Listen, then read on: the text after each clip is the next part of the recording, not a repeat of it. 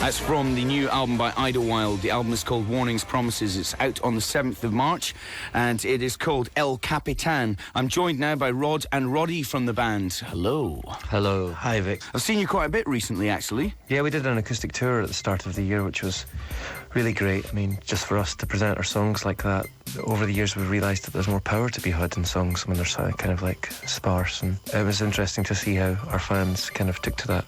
You've got a reputation as being a ferocious live act as well, in terms of the sort of heavier stuff. I think now we're maybe not so ferocious. I think we were actually trying to play the songs now. Well, certainly. I mean, how are the fans reacting to this?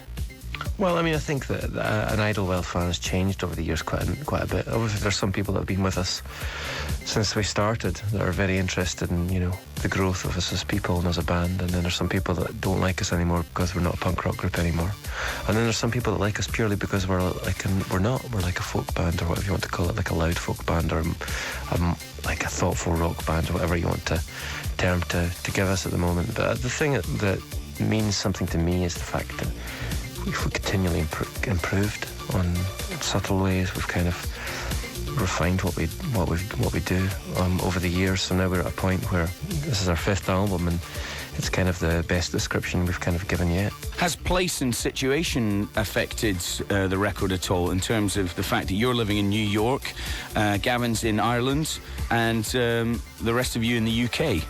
I think living apart doesn't really have an effect on the band too much. I mean, the band's practices in Edinburgh and based in Edinburgh, so everyone just comes there for, you know, a month at a time.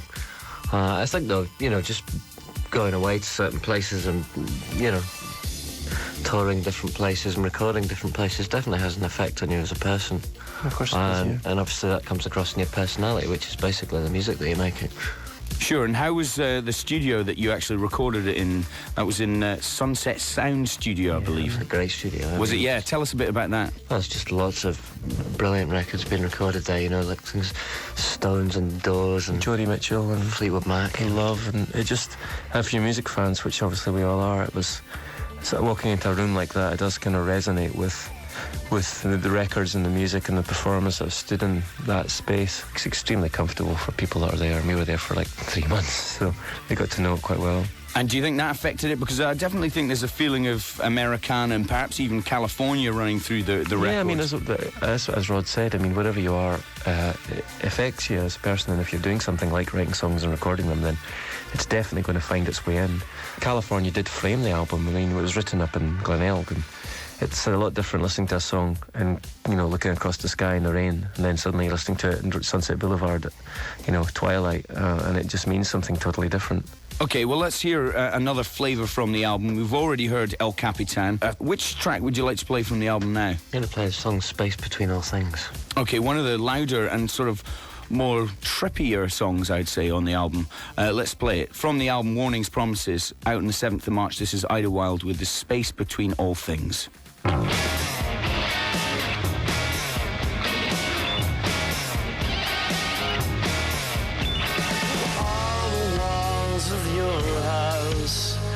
Painted in deep blue, your iPad indecisive age to choose colors that reflect you, and everything and nothing is in the space between all things.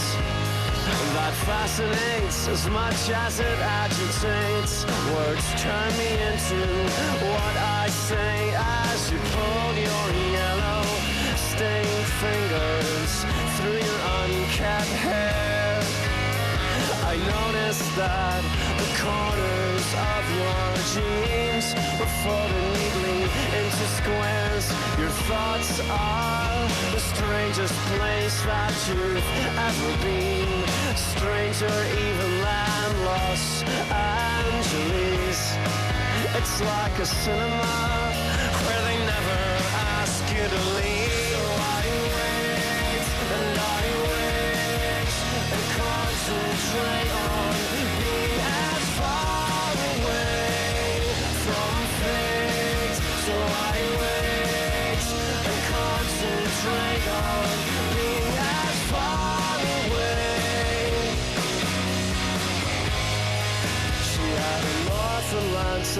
film star grace.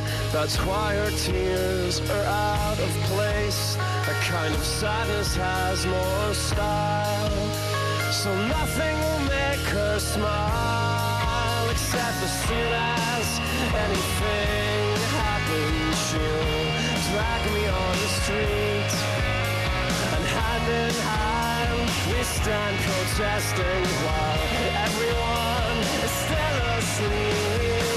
So I wait and I wait and concentrate on being as far away from fate. So I wait and concentrate on being as far away.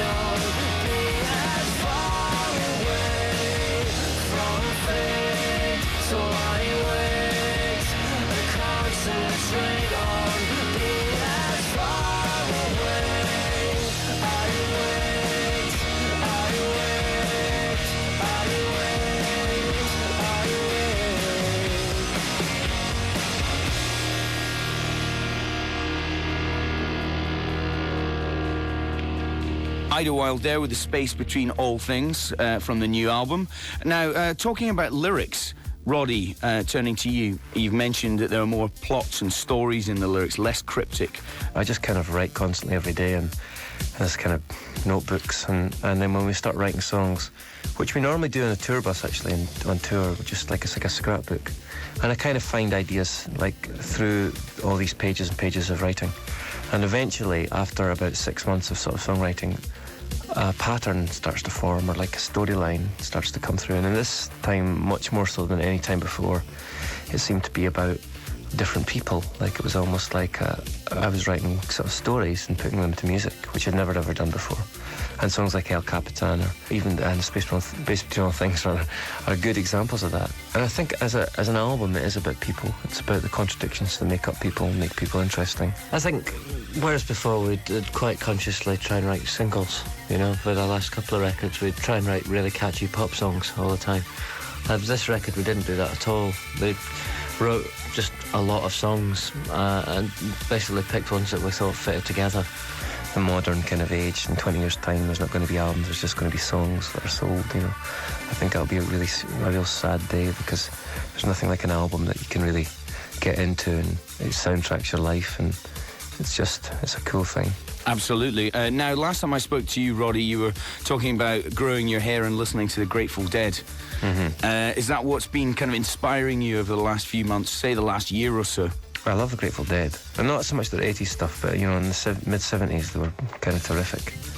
People always just, think they're just a psychedelic jam band, but they're actually really great songwriters. They're a bit like Crosby, Stills and Nash or something.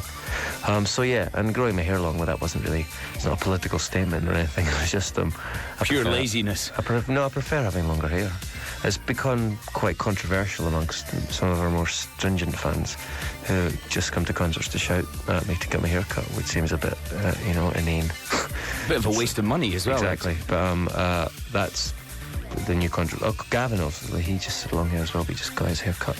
Whoa, controversial. So, well, it is. So it's just me and Alan now left to flow with flowing locks. And I believe you're going to be out gigging again, and you're doing a massive tour starting on the 5th of April, and it turns up in Scotland at the beginning of May. The 1st of May, you're going to be Aberdeen Music Hall, 2nd of May, Glasgow Barrowlands, and the 3rd of May, Edinburgh Usher Hall. I think they're both sold. They're all sold out. I think Edinburgh's still got tickets, but I think Aberdeen and Glasgow are sold out now. So. And there is one more sort of solo acoustic gig as well at the Edinburgh Caves on March the 11th. It's going to be fun, actually. We're going to be doing DJing after that as well, which is always interesting.